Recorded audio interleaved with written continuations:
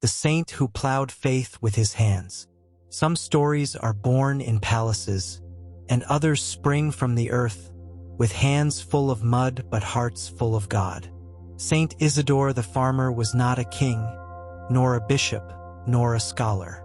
He was a laborer, a simple man who barely knew how to read, but spoke with angels.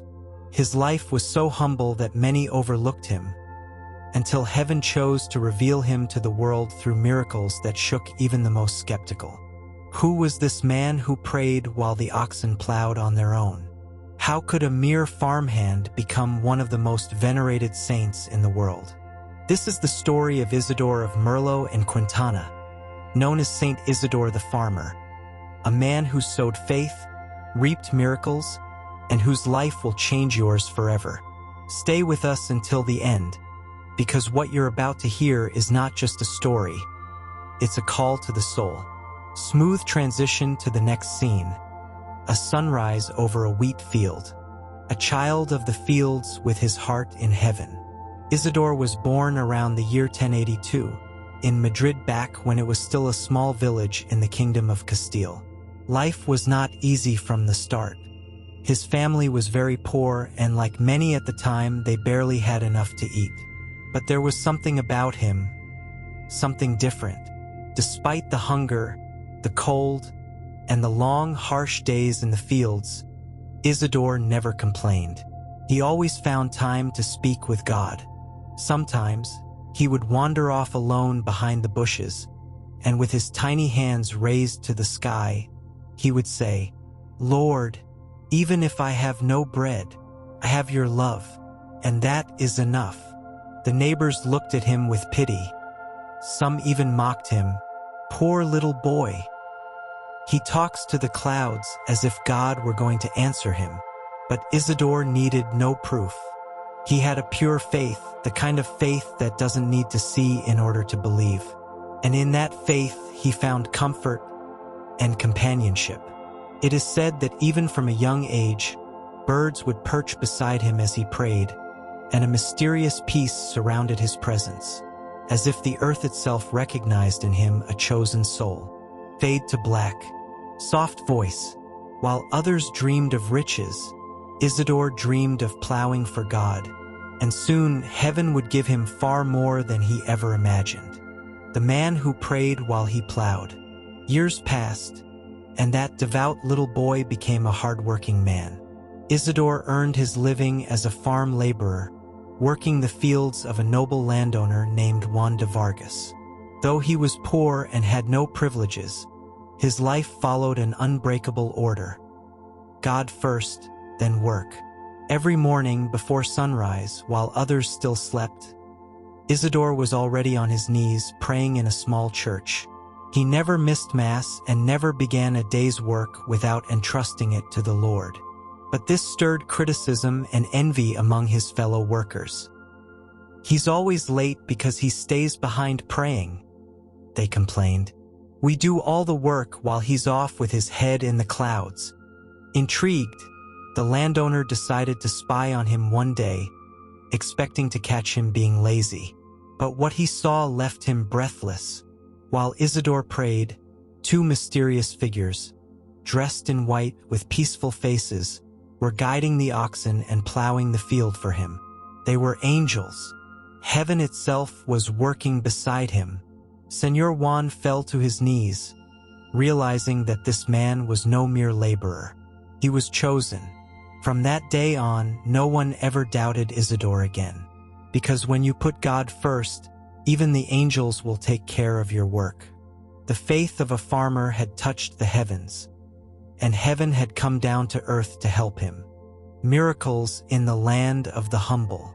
The miracles in Isidore's life did not stop. Wherever he went, God's grace seemed to follow him like a faithful shadow. His companions began to share everything. Things that seemed impossible yet happened again and again. One winter day, while walking to the fields, he saw little birds trembling from cold and hunger. Without hesitation, he emptied his sack of wheat and scattered it on the ground to feed them. "God will give me more," he said with a smile.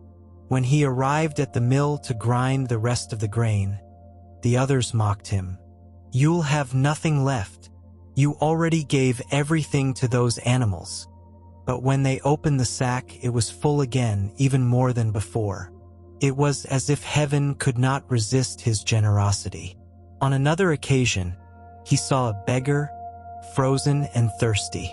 With no water to offer, Isidore struck a nearby rock with his staff, and a crystal-clear spring flowed forth. That well still exists today in Madrid and is called Saint Isidore's Well. Even when his son fell into a deep well, Isidore did not scream. He simply knelt to pray with his wife, and miraculously the waters rose to bring the boy safely to the surface. Each miracle was a whisper from God to the world. "Look at this humble servant. This is how you love. This is how you believe." Saint Isidore asked for no fame or rewards. He only wanted to serve and let God work through his simplicity. The love that was also holy. But Saint Isidore did not walk alone on the path of faith. By his side was Maria Toribia, known today as Saint Mary of the Head, a woman of equal humility and deep devotion. They married young and lived a life of simplicity, prayer, and work. Together, they shared not only scarce bread, but also the fire of a strong faith that sustained them in poverty and united them in love. They lived in a small house where everything was scarce, except prayer. Maria was a wise wife who never complained. When Isidore came home tired, she welcomed him with a smile and words of hope. "Do not fear, Isidore. If God gives us work, it is because he also gives us strength." When their only son fell into the well, it was Maria who first knelt to pray, while others shouted and despaired. And when people began to speak of her husband's miracles, she sought no glory. She simply gave thanks to God, silently. Their shared holiness was such that many said their home was not a house, but a chapel disguised as adobe. The love between Isidore and Maria was a reflection of what God dreams for every family. Humility, faith, and mutual surrender without measure. Two saints under one roof, serving one another, seeking nothing more than the will of God, the death of the just man and the glory of heaven. Years passed, and Isidore's body began to feel the weight of a life of hard labor.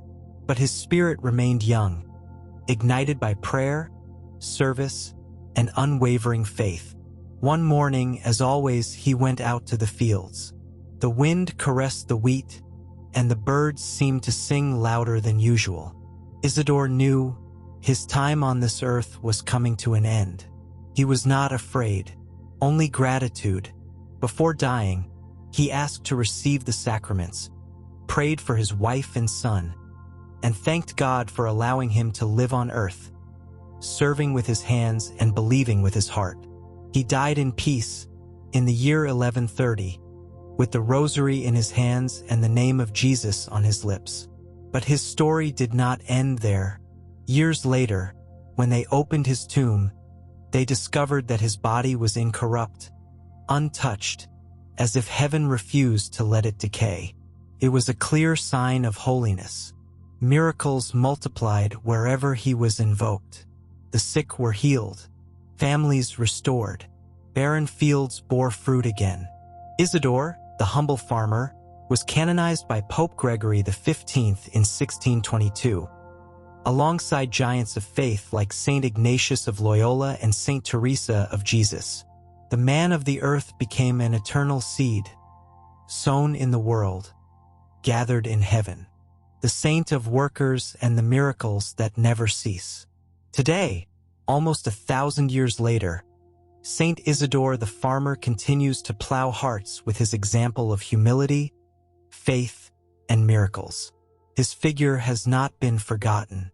On the contrary, he is one of the most venerated saints in the Hispanic world. He is the patron saint of Madrid, of farmers, of agricultural workers, and of all those who work the land with effort and hope. In many regions, Processions are held to ask him for rain during times of drought and protection for the harvests. Thousands of people have reported favors received by invoking him with faith. In the poorest fields of Latin America, in forgotten villages of Spain, in lands where poverty still weighs heavily, the name of Saint Isidore remains alive, like a beacon for those who have no greater wealth than their faith. And what does his life teach us? That you don't need titles, power, or riches to reach the glory of God. It is enough to have a heart willing to pray, to love, and to trust, because when the heart kneels, the heavens rise. Saint Isidore reminds us that holiness is cultivated like wheat, day by day, with dirty hands, a clean soul, and eyes fixed on heaven, a humble heart that still speaks to the world. Today, as you listen to this story, Saint Isidore is not just a figure of the past, but an eternal testimony that God delights in the small, the hidden, the things the world despises. He was not a preacher, nor a martyr, nor a scholar. He was a farmer, a man of the furrow and the plow, but his faith moved heaven, and his simple life became an eternal miracle. Are you tired of being unseen? Do you feel your effort is worthless? Do you believe your prayers don't reach heaven because you lack power or wealth? Then remember Saint Isidore, the one who needed no pulpit to preach, no purple robes to be worthy, no gold to shine. He only had faith, and that faith changed the world. Today, I invite you to do what he did. Start your day with God. Do your work as if it were for him, and never stop praying, even if the world mocks you. Because when a heart surrenders with humility, God raises it with glory. Saint Isidore was not a saint for what he had, but for what he gave, his time, his prayer, his love. And you too can follow in his footsteps. Pray like Saint Isidore, live like him, and you will see how your land, dry and forgotten, will bloom in a miracle